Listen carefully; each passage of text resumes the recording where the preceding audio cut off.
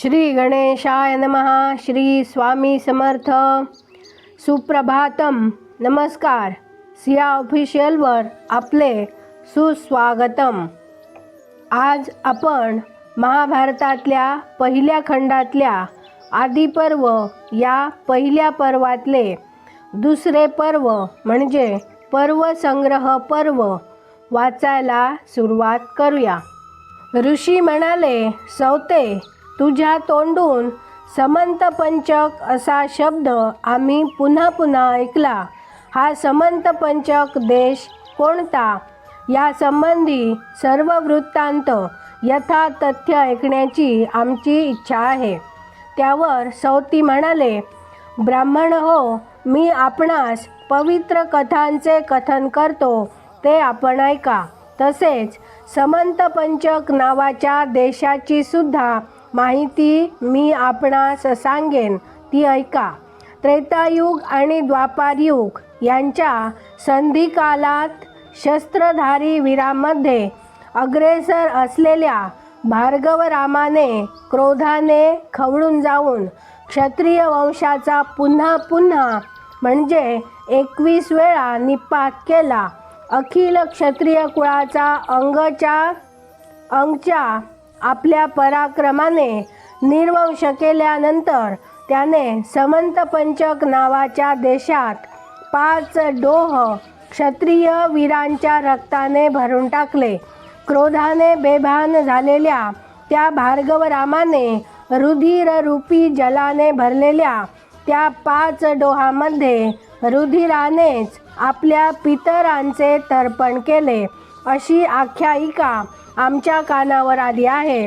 नंतर रुचिक इत्यादी पितर भार्गवरामाकडे आले आणि ते त्याला म्हणाले, हे महाबलिष्ठ भार्गवा, तुझ्या पितृभक्तीने आणि पराक्रमाने आम्ही संतुष्ट झालो आहोत. हे महातेजस्वी भार्गवा, तुझ्या मनात जे असेल ते आम्हाला सांग. भार्गवराम म्हणाला, जर आपण माझे पितर मजवर संतुष्ट झाला असाल आणि मजवर अनुग्रह करण्याची जर आपली इच्छा असेल, तर क्रोधाने बेभान होऊन क्षत्रिय वंशाचे मी जे निर्दालन केले त्यामुळे माझ्या हातून घडलेल्या पापापासून माझी मुक्तता व्हावी आणि हे जे डोह मी क्षत्रियांच्या रक्ताने भरून टाकले आहेत त्या डोहांना तीर्थांचे पावित्र्य यावे आणि सर्व जगात ते विख्यात व्हावे, अशी माझी इच्छा आहे. ठीक, तर तू म्हणतोस त्याप्रमाणे होईल. आता तुझे शत्रू जे क्षत्रिय त्यांना तू क्षमा कर, असे पितर भार्गवरामाला म्हणाले. आणि तेव्हापासून क्षत्रियांचा वध करण्याचे भार्गवरामाने सोडून दिले. रुधिररूपी उदकाने भरलेल्या त्या 5 डोहांच्या आसपास जो देश होता तोच पवित्र समंत पंचक या नावाने ओळखला जाऊ लागला. ज्या लक्षणाच्या योगाने एखादा देश ओळखला जातो त्याच लक्षणाने त्या देशाचा उल्लेख करावा, असे जाणते लोक म्हणतात. द्वापार युग आणि कलियुग यांचा संधिकाल प्राप्त झाला असता या समंत पंचक देशाचे कौरव आणि पांडव यांच्या सैन्यामध्ये युद्ध झाले. पृथ्वीवरील सर्व प्रकारच्या दोषांपासून मुक्त असलेल्या त्या परमपवित्र देशामध्ये युद्धाच्या इच्छेने 18 औक्षहिणी सैन्य जमा झाले. समंत पंचकात जमलेल्या सैन्यांच्या 18 औक्षहिणी तेथेच विनाश पावल्या. ब्राह्मण हो, त्या देशांचे समंत पंचक हे नाव कसे पडले हे मी आपणास सांगितले. हे ब्राह्मण श्रेष्ठ हो, त्या रमणीय आणि पवित्र देशाविषयी मी आपणास सर्व काही सांगितले आहे. तसेच 3 लोकांमध्ये त्या देशाची ख्याती कशी झाली याचेही मी आपणास कथन केले आहे. ऋषी म्हणाले, हे सूतनंदना, औक्षहिणी असा जो तू उल्लेख आता केलास त्याविषयी आम्हाला सर्व माहिती तुझ्याकडून ऐकावयाची इच्छा आहे.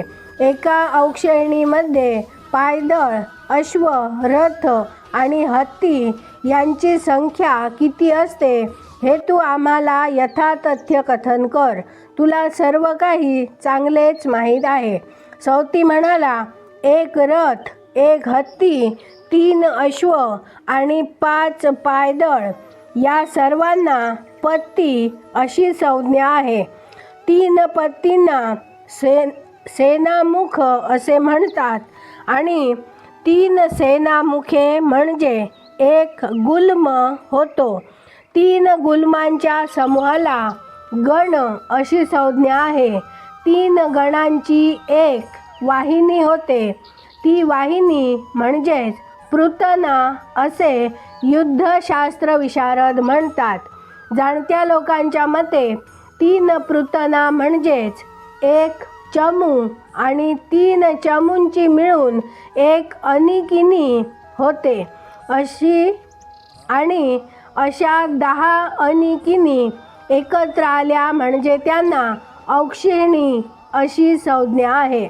हे ब्राह्मण हो, 21,870 इतकी रथांची संख्या एका औक्षहिणीमध्ये असते असे गणित तत्त्वज्ञ म्हणतात आणि हत्तींची संख्या सुद्धा इतकीच म्हणजे 21,870 असते. एका औक्षहिणीमध्ये 1,09,350 इतके पायदळ असते. तसेच एका औक्षहिणीमध्ये 65,610 इतकी अश्वांची संख्या असते. संख्या तत्ववेत्या पुरुषांनी एका औक्षहिणीचा या प्रकारचा तपशील सांगितलेला आहे. हे तपस्वी जन हो, हा तपशील मी आपणास यथातथ्य सांगितला आहे. या परिमाणानुसार कौरव आणि पांडव यांच्या सैन्यांच्या एकूण 18 औक्षहिणी होत्या. अद्भुत कर्मे करणाऱ्या काळाने कौरवांना केवळ निमित्त करून समंत पंचकामध्ये एकत्र आलेल्या 18 औक्षहिणी सैन्याचा तेथेच समूळ विनाश केला. श्रेष्ठ अस्त्रवेत्ते भीष्माचार्य 10 दिवस लढले. द्रोणाचार्यांनी 5 दिवस कौरव सेनेचे रक्षण केले. शत्रूच्या सामर्थ्याचा मोड करणाऱ्या कर्णाने फक्त 2 दिवस युद्ध केले. शल्याने केवळ अर्धा दिवस युद्ध केले. त्यानंतर उरलेल्या अर्ध्या दिवसात भीम आणि अर्जुन यांचे गदा युद्ध झाले. तो शेवटचा म्हणजे 18वा दिवस मावळल्यानंतर अश्वत्थामा, कृतवर्मा आणि कृपाचार्य या तिघांनी रात्री निशंक मनाने झोपलेल्या युधिष्ठिराच्या सैन्याचा विनाश केला. हे शौनका, हे अत्यंत श्रेष्ठ भारताख्यान जन्मेजयाने आरंभिलेल्या सर्पसत्रामध्ये महर्षी व्यासांचे प्रज्ञावंत शिष्य वैशंपायन यांनी जसे सांगितले तसेच मी आपणास सांगेन. यामध्ये राजांच्या कीर्तीचे आणि पराक्रमाचे विस्ताराने वर्णन करण्याच्या हेतूने पौष्य पर्व, पौलोम पर्व व आस्तिक पर्व या 3 पर्वांचे प्रथम निरूपण केले आहे. आज आपण इथे थांबूया. याचा पुढचा भाग उद्या वाचूया. माझ्या सिया ऑफिशियलला सबस्क्राईब केले नसेल तर आताच सबस्क्राईब करा. बाजूच्या बेलवर क्लिक करा. लाईक करा, शेअर करा. कमेंटमध्ये तुमचे विचार नक्की कळवा आणि राधे राधे लिहायला विसरू नका. धन्यवाद. जय जय श्रीराम.